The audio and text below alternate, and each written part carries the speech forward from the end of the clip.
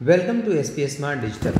बच्चों, यहाँ पे करंट इलेक्ट्रिसिटी का कुछ क्वेश्चन मैं डिस्कस कर रहा हूँ जो कि प्रीवियस ईयर नीट में आए हुए हैं। ठीक है, सबसे फर्स्ट क्वेश्चन यहाँ पे हमने लिया है। यहाँ पे a current of 2 ampere passing through a conductor produces 80 joule of heat in 10 second. The resistance of the conductor in ohm is. इस तरह के क्वेश्चन आपके जो बोर्ड हैं उसमें भी पूछे गए हैं इस तरह क्वेश्चन। ठीक है, तो वी नो दैट कि H equal to I square into R T. We know that answer अगर हम देखें तो H equal to this is equal to I square into R T. So अगर यहाँ पे आपसे कहा है कि रेजिस्टेंस बताइए, सो व्हाट इज रेजिस्टेंस, तो resistance equal to H upon I square into T. So resistance equal to this is equal to H, तो H equal to 80 joule divided by I square. So this is 2 into 2 and time is equal to 10. So this is equal to 2 2s are 4. So this is 2. So resistance, and this resistance is equal to this is equal to 2. This is the correct answer. Now next question. Next question देखिए बेटा यहाँ पे, तो इसमें 3 resistance हैं। एक R A यहाँ पे दिख रहा है, एक आर बी दिख रहा है, एक आर सी दिख रहा है, और यहाँ पे वोल्टेज है 4.8 वोल्ट। आपसे पूछ रहा है in the given the current I in the circuit is. जो करंट यहाँ पे होगा आई, इस करंट की वैल्यू कितनी होगी। सो अगर हम देखें तो यहाँ पे ये जो रेजिस्टेंस आर बी है और ये जो रेजिस्टेंस आर सी है, ठीक है, ये दोनों किस में है, सीरीज में। तो इसको हमें सीरीज में लेना है। क्यों सीरीज में है, क्योंकि अगर यहाँ से करंट आई आता है और यहाँ से अगर आई वन करंट जाता है तो इसमें जितना करंट आई वन जाएगा उतना ही करंट इसमें आई वन जाएगा। तो जिसमें अगर करंट की वैल्यू सेम होती है दो रेजिस्टेंस में और दोनों कनेक्टेड होते हैं तो उसको सीरीज कनेक्शन कहते हैं। अगर वोल्टेज सेम होता है तो उसको हम पैरेलल कनेक्शन कहते हैं। तो ये जो आर बी और आर सी है दोनों सीरीज कनेक्शन है। सो इन दोनों का रेजिस्टेंस कितना हो जाएगा, तो इन दोनों का आर इक्विवेलेंट जो हो जाएगा this is equal to 6 + 6, so this is equal to 12। और ये जो आर ए है इसके साथ में आर ए क्या है, पैरेलल में। सो फाइनल इक्विवेलेंट कितना निकलेगा, so this is equal to 1/r equal to 1/, parallel में क्या कनेक्शन होता है कि 1/r equal to 1/r1 plus 1/r2, तो 1/r इक्वल टू 1/3 प्लस 1/12।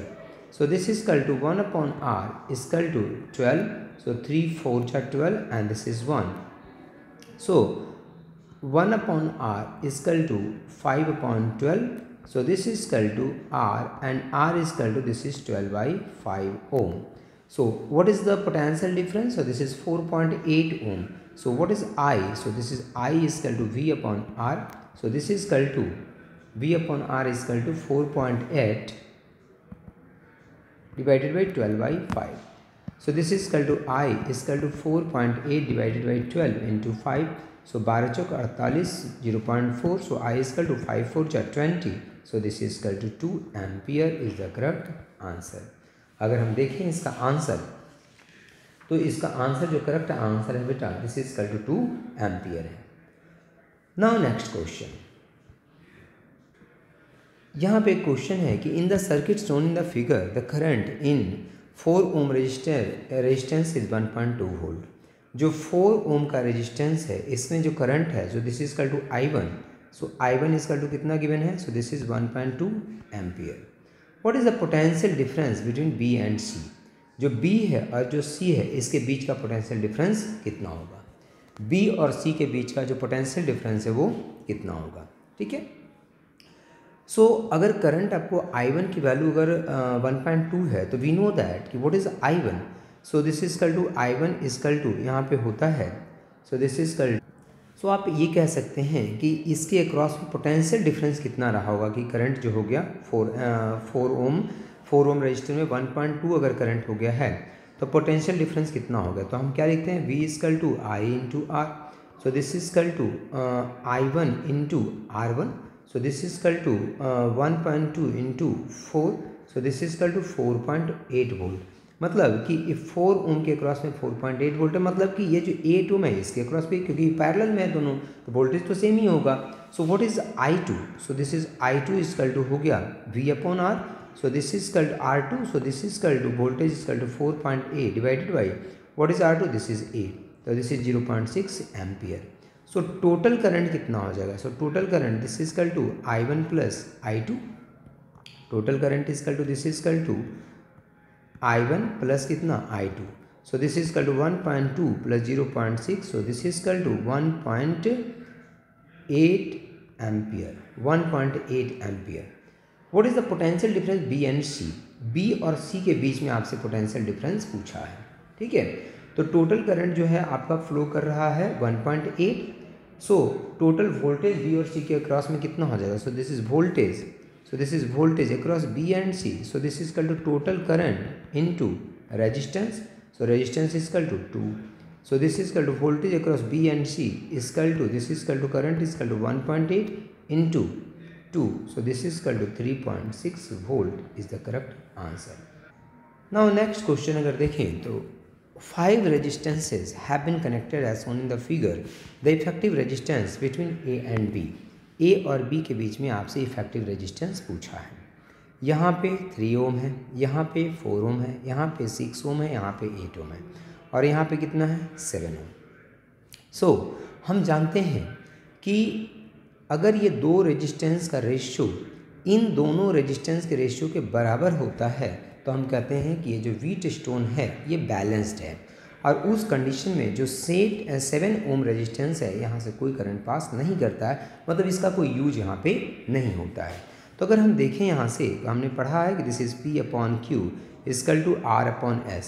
ठीक है, अगर इसको हम P माने, अगर हम इस रेजिस्टेंस को P माने, इसको हम Q माने, इसको हम R माने और इसको अगर हम S माने तो हम जानते हैं P upon Q is equal to R upon S होता है. सो दिस इजकल टू अगर हम देखें यहाँ पे तो 3 upon 4 is equal to 6 upon 8. So this is also 3 upon 4. So P upon Q जो है R अपॉन S के बराबर है. इसका मतलब व्हीटस्टोन ब्रिज जो है बैलेंस है. इसका मतलब इस 7 ओम का कोई यहाँ पे ज़रूरत नहीं है, यहाँ से हटा दीजिए इसको. जब यहाँ से हटा देंगे तो आपका इक्विवेलेंट अब क्या बनेगा यहाँ पे? अगर उसको आपने हटा दिया तो इक्विवेलेंट क्या बनेगा यहाँ पे? ये बनेगा इस तरह से इक्विवेलेंट. अब इस तरह से इक्विवेलेंट बनेगा. ये क्या हो जाएगा? This is 3 ohm. ये क्या हो जाएगा? This is 4 ohm. ये क्या हो जाएगा? 6 ohm and this is equal to 8 ohm. So ये दोनों 3 और 4 किस में हो जाएगा? सीरीज में. तो इन दोनों का इक्विवेलेंट कितना हो जाएगा? ऊपर. So this is equal to, इसका नाम है दिस इज इक्वल टू, इसका हम सो ऊपर का इक्विवेलेंट कितना हो जाएगा? So this is R1. So this is 3 plus 4. So this is equal to 7 और नीचे का इक्विवेलेंट हो जाएगा R2. So this is 6 plus 8. So this is equal to 13 ohm. So अगर हम टोटल वैल्यू निकालें तो टोटल वैल्यू कितना आ जाएगा यहाँ पे? तो ये दोनों अब किस में है? पैरेलल में.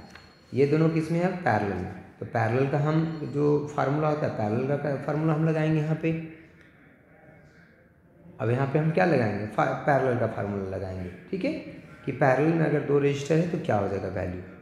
सो पैरेलल में हम जानते हैं कि 1 upon R is equal to 1 upon R1 plus 1 upon R2, या हम सीधे लिख सकते हैं R is equal to product of the resistance divided by sum of the resistance. तो यही कर लेते हैं. प्रोडक्ट कितना हो जाएगा? 7 इंटू 13 अपॉन कितना हो जाएगा? 7 plus 30 is equal to 20. So this is equal to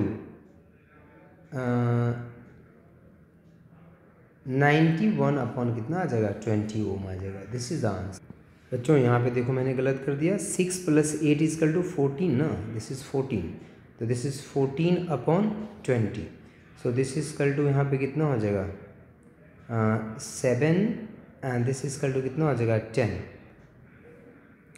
and नीचे कितना हो जाएगा? तो फिर से इसको मैं यहाँ पे देखो सॉल्व कर देता हूँ, क्योंकि ये 8 प्लस 6 14 था, गलती से मैंने 13 लिख दिया उसको. सो R इजकल टू हम लिख सकते हैं this is R1 R2 divided by R1 plus R2. So this is equal to 7 into 14 divided by 7 plus 14 is equal to 21. तो 7 21. So this is equal to 3. So R is equal to this is 14 upon 3 ohm. This is the correct answer. तो अगर आप option देखें तो this is 14 upon 3. So A part जो है इसका correct option है. ठीक है, तो व्हीटस्टोन ब्रिज में क्या होता है बच्चों? व्हीटस्टोन ब्रिज में होता है कि जो आपका बीच में जो है, अगर व्हीटस्टोन ब्रिज बैलेंस्ड है, मतलब P upon Q is equal to अगर R अपॉन S होता है, व्हीटस्टोन ब्रिज अगर बैलेंस होता है तो जो बीच में रेजिस्टेंस है उस रेजिस्टेंस का यहाँ पे कोई मतलब नहीं होता है, उसको यहाँ से हटा दीजिए. ठीक है, तो वही हमने किया यहाँ पे. और फिर जो ऊपर वाला बच गया, ये दोनों सीरीज में बच गया. ये दोनों किस में है? सीरीज में. नीचे ये दोनों किस में है? सीरीज में. और फिर इन दोनों का जो इक्विवेलेंट है वो दोनों किस में बच गया? पैरेलल में बच गया. सो पैरेलल का फार्मूला हमने लगा दिया। So final this is 14 upon कितना आ गया 3 आंसर आ गया।